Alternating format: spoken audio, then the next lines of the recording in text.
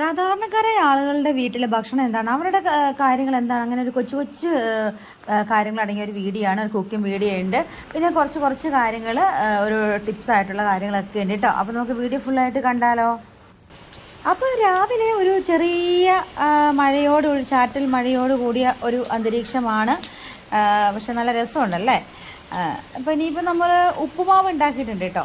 അന്നേരം നമ്മൾ ഇനിയിപ്പോൾ ചായ ഉണ്ടാക്കണം. അപ്പോൾ ഇന്ന് കാപ്പി ഉണ്ടാക്കാമെന്ന് വിചാരിച്ചു. അപ്പോൾ ഇത് രാവിലത്തെ കട്ടൻ കാപ്പി ചൂടാക്കാൻ വെച്ചിരിക്കുന്നു. ഇത് പാൽ കാപ്പിയാണ്.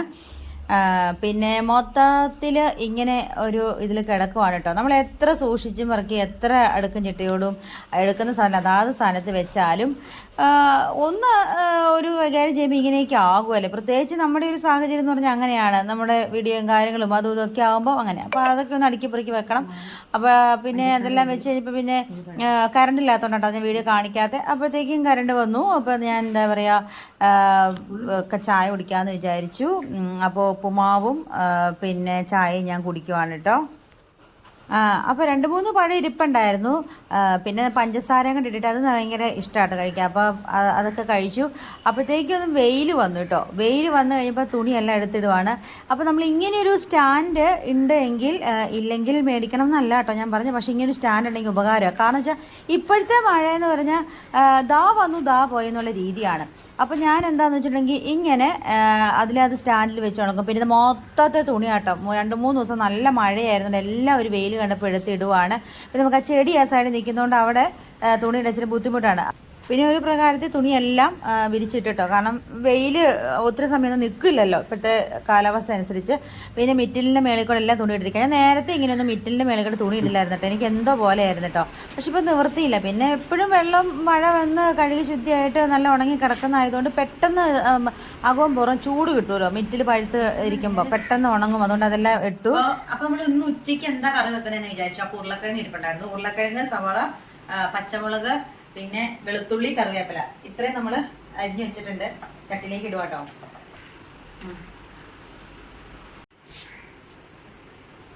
പിന്നെ ഒരു ഇത്തിരി മഞ്ഞപ്പൊടി കേട്ടോ. ഒരു ഇത്തിരി മഞ്ഞപ്പൊടി നമ്മളിപ്പോൾ ആദ്യം ഇടും. പിന്നെ ഒരു ഉപ്പ് ആവശ്യത്തിന് ഉപ്പ്, അതിനുള്ള വെള്ളം.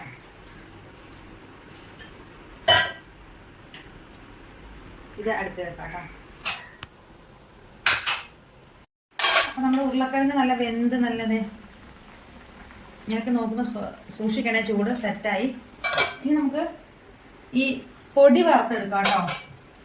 മഞ്ഞപ്പൊടി നമ്മൾ ആദ്യം ഇച്ചിരി ചേർത്തായിരുന്നു. ഇച്ചിരി മഞ്ഞപ്പൊടി, മുളക് പൊടി, കാശ്മീരി ചില്ലിയാണ്, പിന്നെ മല്ലിപ്പൊടി, ഇത് മീറ്റ് മസാല, ഇത് ഒരു ഇത്തിരി ഗ്രാമ്പൂ, ഒരു 2-3 ഗ്രാമ്പൂ, പിന്നെ ഒരു ഇത്തിരി കറുകപ്പെട്ട പെരുംജീരകം ചതച്ചതാട്ടോ. ഇതിപ്പോൾ നമ്മൾ ഇതിനകത്തേക്ക് ഇടുക.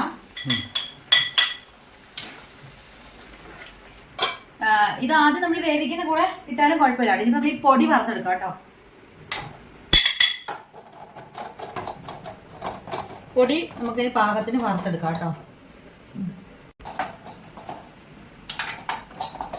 അപ്പൊ നമ്മൾ ഈ പൊടി വറുത്തിടുന്നത് എന്തിനാന്ന് വെച്ചാൽ, നമുക്ക് വറുത്തരച്ച ഉരുളക്കിഴങ്ങ് കറി കൂട്ടാൻ ആഗ്രഹമുണ്ട്. പക്ഷെ നമുക്ക് തേങ്ങയൊക്കെ വറുത്തരയ്ക്കാൻ സാഹചര്യമില്ല, ബുദ്ധിമുട്ടാണ്, സമയമില്ലെങ്കിൽ പൊടി ഇങ്ങനെ വറുത്തിട്ടിട്ട് ഉരുളക്കിഴങ്ങ് കറി വെച്ചാൽ വറുത്തരച്ച ടേസ്റ്റ് ആയിരിക്കും കേട്ടോ.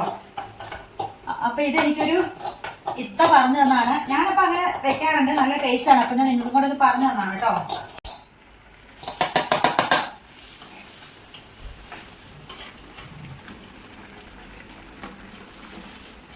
നമ്മുടെ ചട്ടി ഇത്തിരി ചെറുതായിപ്പോയി. പിന്നെ മാറ്റണ്ടാലോ എന്ന് വിചാരിച്ചാട്ടോ നമ്മൾ ചട്ടി മാറ്റാം. അത് കുഴപ്പമില്ല, വേഗം ഇത്രമായി.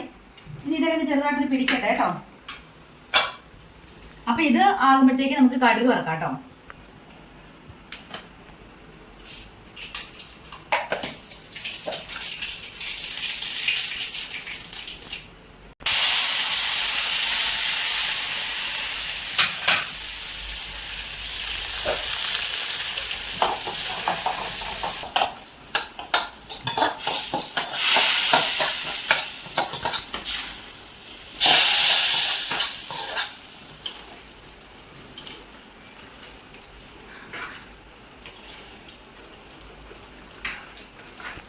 അപ്പൊ നമ്മുടെ ഉരുളക്കിഴങ്ങ് കറി റെഡി ആയിട്ടോ.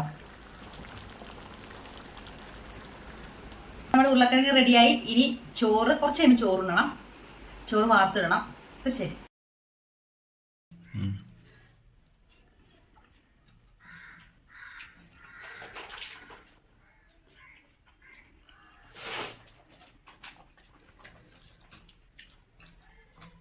അപ്പം ഈ ഉരുളക്കിഴങ്ങ് കറി, ചൂടൻ ചോറിൽ ഉരുളക്കിഴങ്ങ് കറി ഒഴിച്ച് ഈ ഉണക്കമീൻ്റെ ഇതും കൂടെ കൂട്ടി കഴിക്കാൻ എന്നാ ടേസ്റ്റ് എന്നറിയോ? അടിപൊളി ടേസ്റ്റ് കേട്ടോ. അപ്പം തേങ്ങയില്ലാതെ എങ്ങനെ വറുത്തരച്ച ഉരുളക്കിഴങ്ങ് കറി വെക്കാം എന്നുള്ളതാണ്. അടിപൊളി ടേസ്റ്റാണ്. നമ്മൾ എത്ര കൂട്ടം കറി ഉണ്ട് എന്നുള്ളതല്ല, ഒരു കൂട്ടാലും അത് രണ്ട് ചേരുവകളൊക്കെ ചേർത്ത് നല്ല ടേസ്റ്റിൽ ഉണ്ടാക്കിയ ഈ ഉണക്കമീൻ പോലും വേണ്ട കേട്ടോ. ഒരു പ്ലേറ്റ് ചോറിന് ഒരു തവണ വെച്ച് നോക്കണം, പിന്നെ വെച്ചുകൊണ്ടേയിരിക്കും. അത്ര ടേസ്റ്റാണ്. തേങ്ങയില്ലല്ലോ, അല്ല തേങ്ങ വറുത്തരയ്ക്കാൻ സമയമില്ല, ഒന്നുമില്ല എങ്കിൽ ഒന്നും വിചാരിക്കണ്ട.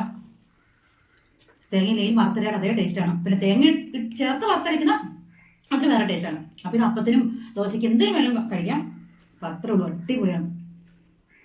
ചോറൊക്കെ ഉണ്ട് കഴിഞ്ഞു. പിന്നെ അടുത്ത മഴയായിട്ടോ. പിന്നെ കുറച്ച് നേരം മഴയൊക്കെ ഇങ്ങനെ ഇരുന്ന് കണ്ടു. നല്ല രസമല്ലേ മഴയൊക്കെ ഇങ്ങനെ കണ്ടിരിക്കാൻ. അപ്പോൾ നമ്മുടെ വീഡിയോ ഇഷ്ടപ്പെട്ട എല്ലാവരും ഒന്ന് സബ്സ്ക്രൈബ് ചെയ്യണം, ലൈക്ക് ചെയ്യണം, കമൻറ്റ് ചെയ്യണം, ഷെയർ ചെയ്യണം. നിങ്ങളുടെ അഭിപ്രായങ്ങളെല്ലാം കമൻറ്റായിട്ട് ഒന്ന് പറയണം കേട്ടോ. നിങ്ങൾ കമൻറ്റ് പറഞ്ഞാലാണ് നമ്മളതിൻ്റെ പോസിറ്റീവായിട്ട് മനസ്സിലാക്കുകയുള്ളൂ. അപ്പോൾ എത്രയേ ഉള്ളൂ. എല്ലാവരും സന്തോഷത്തോടെ ഇരിക്കുക. അപ്പോൾ ഇനിയിപ്പോൾ ചെമ്പഴക്കര അടുത്ത വീഡിയോ ആയിട്ട് കാണുന്നവരെ എല്ലാവർക്കും അപ്പോൾ ഒരുപാട് സന്തോഷം, ഒരുപാട് നന്ദി. അപ്പോൾ ശരി, എല്ലാവരും ഹാപ്പി ആയിട്ട്